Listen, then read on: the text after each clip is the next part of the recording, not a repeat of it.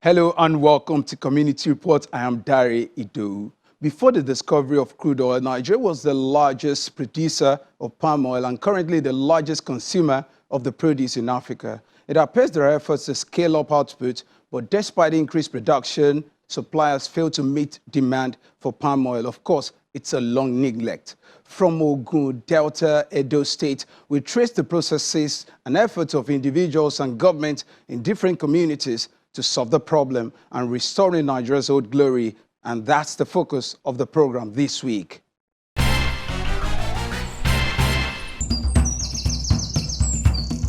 Production of palm oil, which is used for cooking and found in products ranging from toothpaste to soap. In 2019, the Nigerian government unveiled a $500 million plan to increase funding to Nigerian producers through low-interest loans.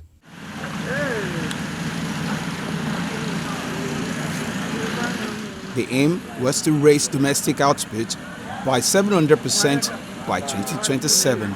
But how much of this funding is trickling down to smallholder farmers? Nigeria is increasing its output on the product.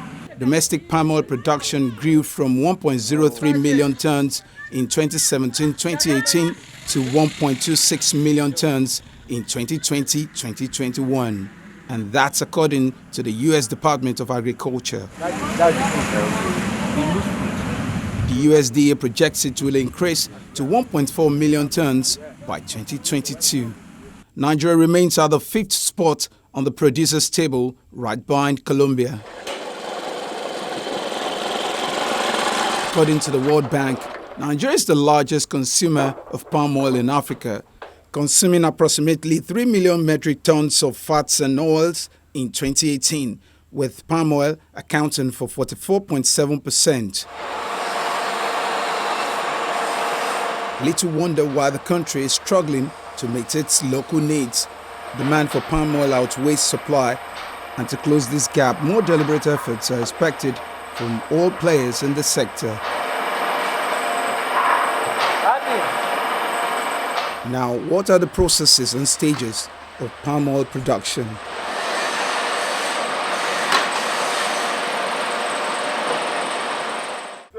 It begins with palm oil seeds, as oil palms have a productive life of 25 to 30 years. The seeds are planted and tended in a nursery after 30 months. They are also considered mature and are ready for their first harvest.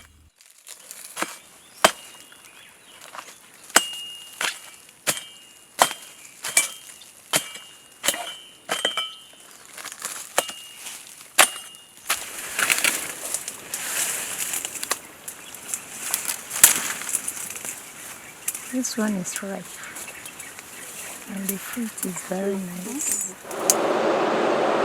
The harvested fresh fruit bunches are transported in trucks from the plantations to the mills, where they are steamed. The pressing and squeezing comes next.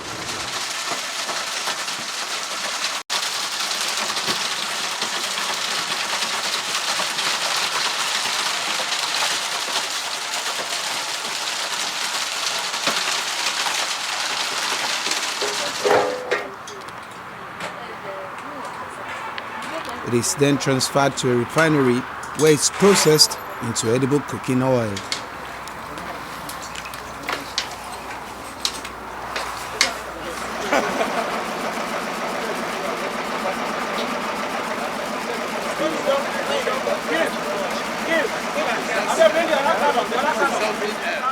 Cultivation is done in 3 different areas. One of them is known as the wild groves. This stretches within the Niger Delta region, which makes up almost 70% of the oil palm in the country. These are oil palm seedlings. We are putting them in the nursery now. They will stay here for about 10 months before we give it out to our farmers. The Malaysia seedlings, these ones we have now are the Malaysia seedlings. We have about 30,000 of it here. We plant them here because of accessibility to the headquarters so that we can also monitor them. And also we got them from IMC, who brought them from Malaysia to us. So they will also assist us in monitoring their growth. We have about 3 nurseries in Delta State. We have here in Ejimono, we have at Aragbaokpe and Ole. So in all those, in Ole and Aragbaokpe, we are going to plant only the ones from 9-4 seedlings. We'll plant 9-4 seedlings in Aragbaokpe and Ole. In all, we want to plant about 120,000 palm seedlings in our nursery this year, which is expected to be given out in the next, that is after 10 months, when they have matured to the one they can plant directly. If you look at the whole package, a lot of the package is on agriculture.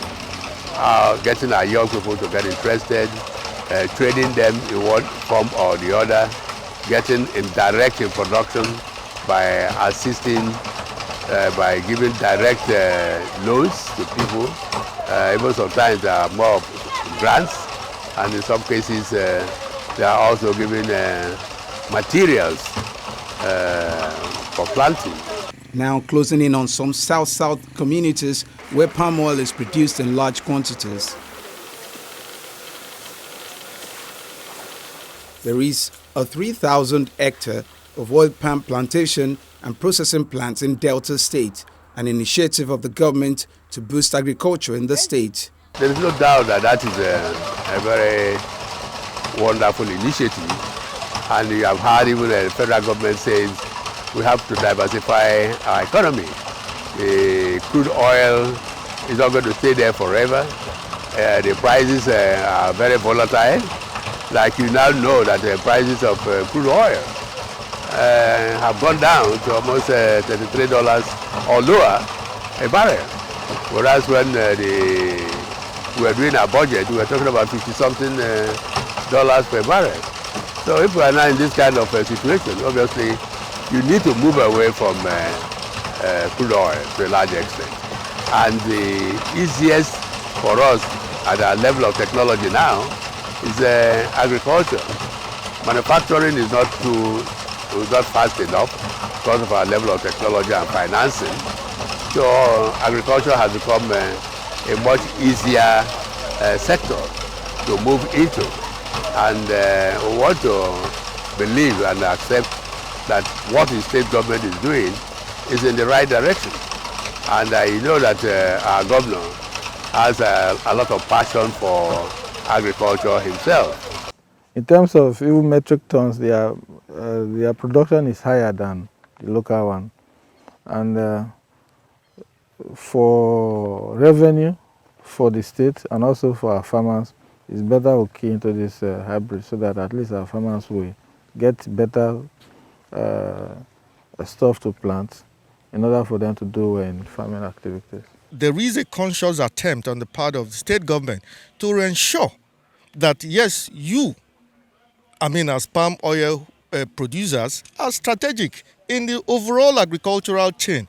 I think this program, if it's cultivated very well, as has been done by the ministry, and the beneficiaries as well, because they have their role to play, that they say the sky is the limit. Sometimes it can be beyond the limit. A 10-ton per hour mill, a palm oil refinery, and a palm kernel crushing plant, expected to change the face of palm oil industry in the state.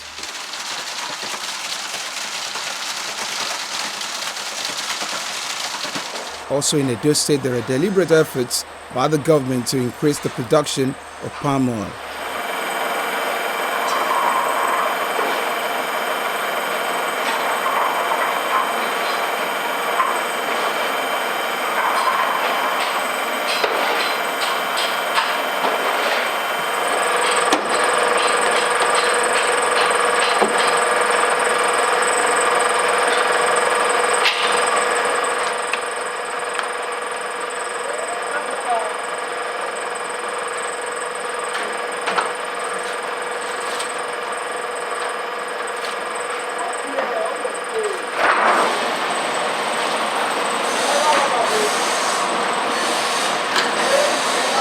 The state has also attracted millions of dollars in investment The effort is expected to bring opportunities to large, medium and small-scale players in the oil palm subsector.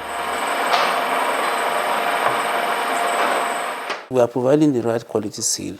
A seed that we provide now, for instance, can mature in 2.5 years. It does, in the first 1 year of harvest, you can get as much as 8 tons per hectare of fruits. And you can actually drive that to about 25 tons in about 8 years of production per hectare. We also train farmers. Then we now for very small scale farmers, we fabricate equipment for them to process.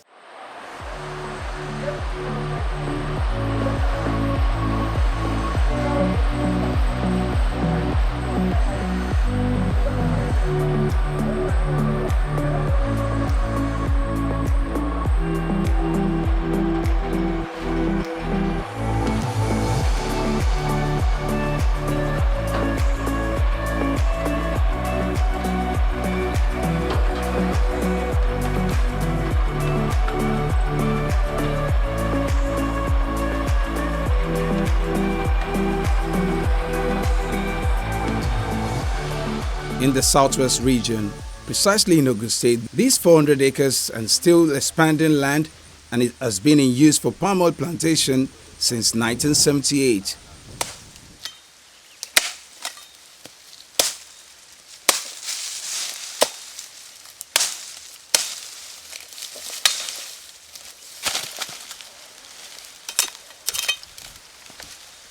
I've been into the oil palm industry since 1978. My farm is located at Elere Adubi. I have over 400 acres of plantation already, and we're still expanding. Forget about any government-sponsored project in Nigeria when it comes to agriculture. It's all lip service.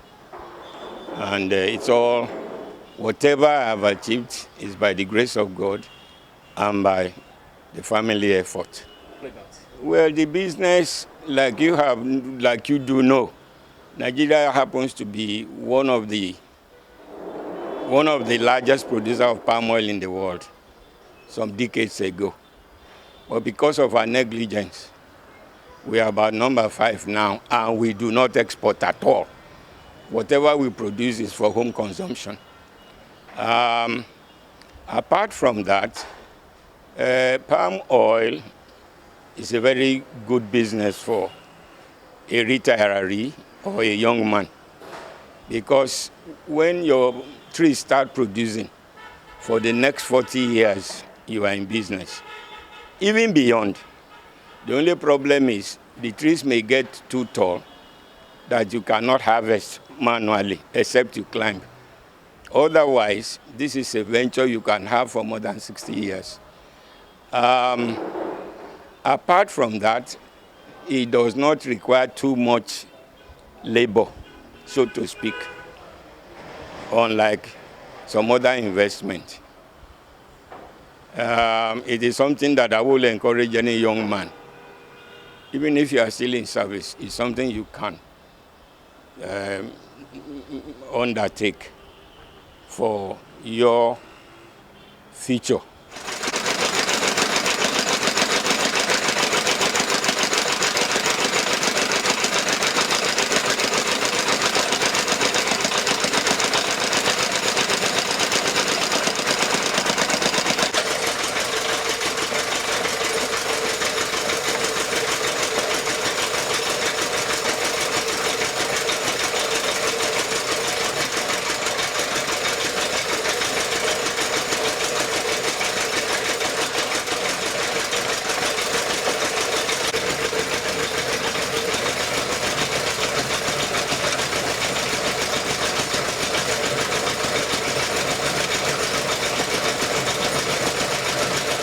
There are prospects and there are some challenges.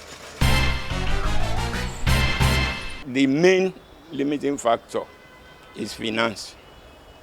And secondly, labor. Labor is very crucial in this business. And unfortunately, a lot of our youths are not going into this business anymore because they want very quick money, where they can put their money and in a few months make billions. With that, with oil palm plantation or oil palm industry, that may not be visible. It's money you realize over a period of time. So it's not something that you can get within a short period of time. If you realize what is happening globally now, especially the Russian war with Ukraine, Indonesia, for instance, I said they are not exporting their palm oil anymore. They ban export of palm oil. And that is affecting palm oil industry all over the world. That's why the price is soaring on a daily basis. If we come in now, there are a lot of benefits to derive. But the issue is, most Nigerian governments are paying lip service to agriculture in Nigeria. If we can, in fact, I can tell you, palm oil will even give us more dividend than the oil, petroleum oil. But the issue is this: people are not prepared to wait, people are not patient enough, and the government is not sincere.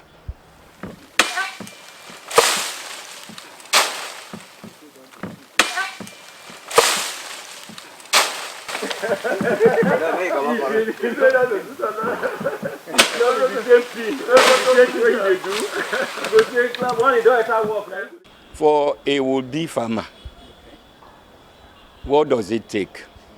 A young man. We normally ask that at least for the oil palm plantation, you need 5 hectares, which is 12.5 acres. Now, but because you may want to bring in livestock, you want to bring in some factory, you may also like to bring some other things to your farm. We always recommend 6 hectares.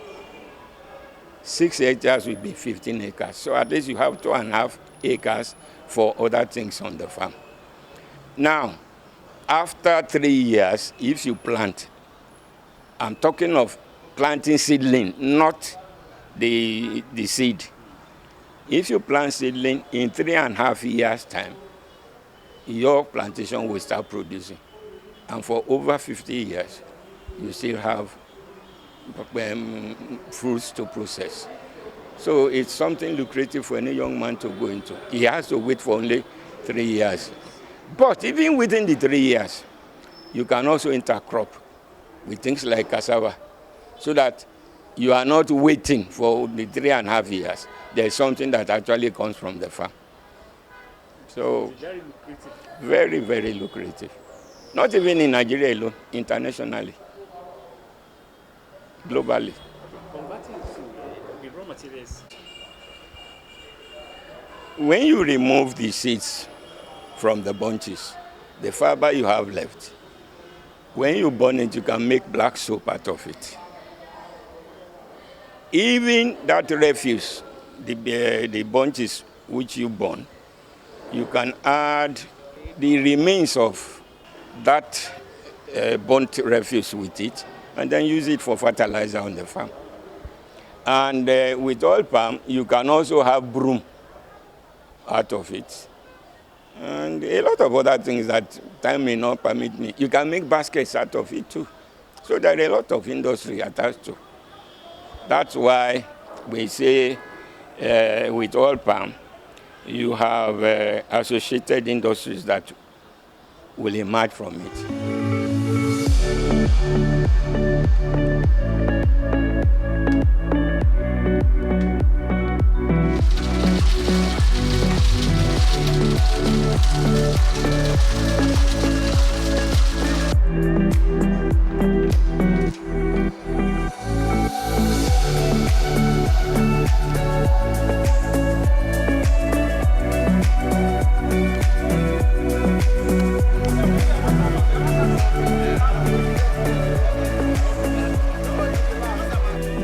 have formed ourselves into clusters and into cooperatives. When you pay your dues regularly, we can ask for government intervention, and you can start your palm oil plantation. By the time your plantation starts producing, the decision is you do not make any side sale at all. Everything will be sold by the cluster, and money will be returned, one, to pay off the loan that you have received. Two, money will also be given to the farmer for him to sustain his farm and himself and his family. That's what we are planning.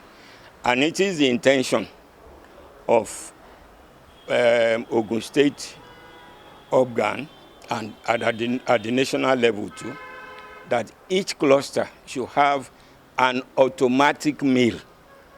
An automatic mill will remove all the labor and the present tax that we have in oil palm processing. Presently, the oil we are producing is not very pure, so to speak, because the FFA increases the way we do the production, and our extraction ratio is also low. But with an automatic mill, you just bring your bunches, put it into the machine, you have your oil, you have your palm kernel, and you have the palm kernel shell. It's all fully automatic. So you don't need to wait, you don't need to wet. Just put your bunches into the machine and you have what you want. That's what we are planning for Ogun State. Low quality seedlings, high interest rates on borrowed funds, lack of expertise, crude and outdated farming techniques, poor inadequate storage facilities, post-harvest losses, road transportation issues are few of the challenges faced by the farmers. If we have a good government, they will gather a lot of these associations and ask them what their needs are. And it is the need that the government will try as much as possible to provide. But you don't have that in Nigeria. Let me give you some instances. In the 60s, I visited Israel for the first time, and there was a farmer who wanted to establish a fish pond, Athens Pond. It was the government that started excavating the soil for him. And when the D6 that was being used got spoiled, without any information to the farmer, another D8 was brought to the farm. They did the clearing, provided the road to his farm, and then provided electricity to the place at no cost to the farmer. Here, you provide everything. You make the road for your plantation, and at the end of the day, they will come they say they want to collect tax from you.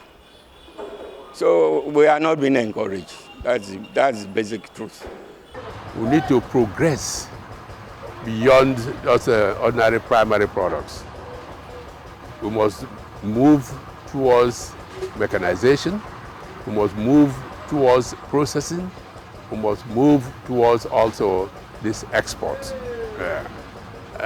So by the time we are putting new innovations, then I think the younger ones will start keying into these places.